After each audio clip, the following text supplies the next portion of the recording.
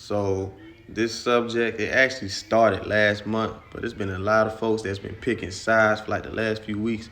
And I want to go ahead and revisit this subject again. And if you ain't from Florida, I ain't gonna hold you. This video probably ain't gonna be for you unless you actually listen to these folks right over here. And if you do, then go ahead, get that popcorn. Go ahead, kick back and relax because I'm about to take up your time for like just a little smidget, just a smidget, all right? Now, the question is, who you gonna bump, Plies or Trick Daddy?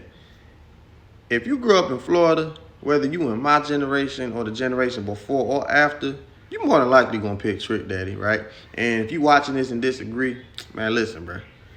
Look at any blog, video, whatever that's similar to what I'm doing right now, looking at comment section, more than likely you're gonna see more Trick Daddies than you're gonna see Plies. That's all I'm saying. But for me, I can't give you an answer. I cannot pick because I'm just difficult like that. Because say like y'all go left, I'm always go right. Or I can't sit there and base my answer off of the popularity or what most of the people done pick, you feel me? And I'm one of them type of folks, I always go for the underdog too. I just always been like that. But I grew up on both of these guys right over here. And I understand it would make sense to pick Trick Daddy, right?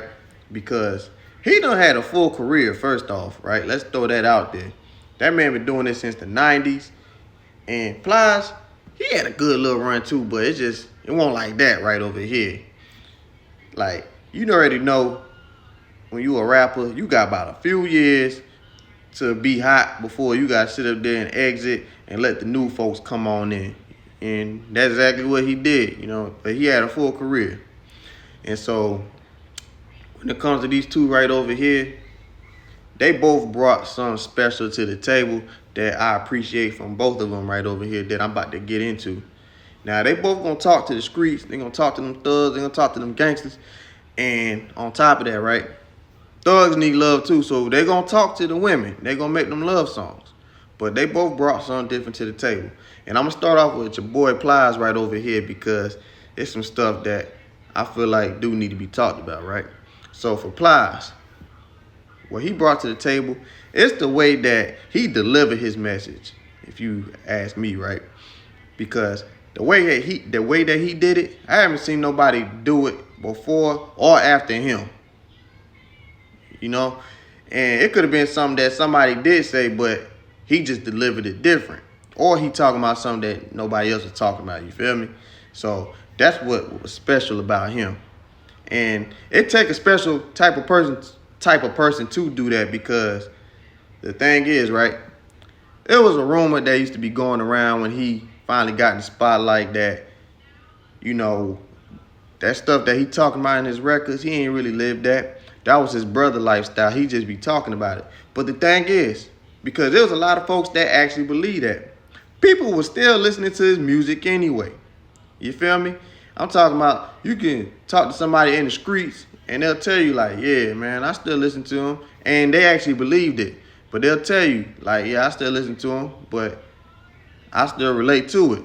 Or all the people in the streets or whoever relate to the music. His music was relatable. He could be sitting there talking to somebody in the streets, or he could be sitting up there talking to somebody that's working a regular 9 to 5. I ain't seen nobody been able to do that since. Just to throw that out there, because usually when somebody's car get pulled or they have a suspicion, they ain't messing with you like that no more. It take a special person to do that, you feel me? Now, I will say this also. He wanted like one of the most disrespected people from that generation when he was, you know, hot or whatever, right? It was between like what, him, Waka Flocka. Soulja Boy was the most disrespected, for real, you know what I'm saying? But the thing is, like, the South took over, right? So you still had people, because I feel like it was too early, that felt like rap was supposed to sound like a certain way. And anytime it didn't sound like a certain way, everybody was mad or say like this person was trash or something like that. And they tried it with him. And then you already know, like, after time go by, oh, dang, this is a classic. Nah, keep that same energy. Because even though they would do that with him, you would have some of these greats and some of these heavyweights out here giving him his cosign. And people Be like, oh yeah, I got this and that in rotation. Have some of the classics in rotation, but have his in rotation too. Because the Real Testament, all his albums was good, but the Real Testament definitely was a classic. I don't care what nobody say. You feel me? And I'm talking about, to me, like the Real Testament, you listen to it now, you be like, dang, Jit snapped when he said that right over there. It's just like watching Friday. Every time you watch Friday, you always catch something that you ain't catch the last time you watched it, right? It's the same thing when you listen to the Real Testament. You know what I'm saying? Another thing I like about him, because anytime you heard a rapper come out from Florida, you always thought that they came from Miami, or more than likely they came from Miami, right? And you had some that didn't, but it just wasn't the same, for real. You feel me? Now, with him, because he been out since I was in middle school. And when I was in middle school, he was still underground. And you already know social media around that time won't like how it is now. It was barely any social media at all. It was only like, MySpace, for real, when I think about it, for real. And just think about that. A year or two before MySpace, it wasn't nothing. Because say like you heard your favorite rapper or you heard somebody that was bubbling in the streets on a mixtape or something like that, there was no other way to know about them. You just had to wait for them to appear on TV or whatever, or do a show in your city, even if you wanted to know what they look like. But I think that was a good thing because that built up anticipation. You know, everything's so easily accessible nowadays. But other than that, though, you started finding more out about him by the time, you know, he's about to blow up and stuff like, oh, he from Fort Myers and he in his 30s. That had all the girls going crazy and stuff like that. But the thing is with him, I felt like he would try to be connected with all the other cities in Florida. Like build a connection, like a good connection, like not no, how do you say it? I need something from y'all or whatever. Like, nah, he actually had a connection with a lot of us. You know, he shouted out all these cities and stuff like that. I don't know, because, you know, growing up in Florida, all you used to see was Miami. And I'm pretty sure, like, you wanted somebody from your city to finally blow up. And that Miami run, it was something crazy. Because it ended up having people that weren't from Florida a part of that little run. Like Lil Wayne, Birdman, Fat Joe. There was a few people out here, you know what I'm saying? Miami's still doing this thing to this day. But it's a little different now. But back then, most of the time, it was always Miami. So it felt good to definitely see somebody that weren't from Miami, you know, doing their thing, you know what I'm saying?